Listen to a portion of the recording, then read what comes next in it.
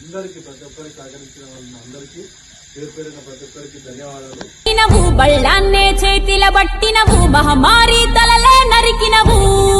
పెద్దమ్మ నరకానికి దుష్టుల ధరిమినవు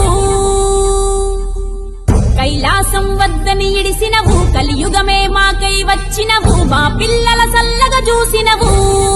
మాయమ్మ పులిపై సంవారే చేసినవు ఓయమ్మ అందుకే నీకు